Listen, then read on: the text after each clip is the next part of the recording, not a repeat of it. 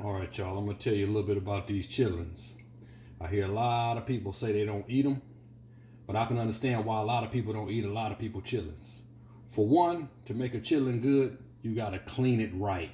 That's very important to clean it right. And I ain't talking about scraping stuff off of it. I'm going to show you something real quick. This is a proper way of cleaning a chitlin.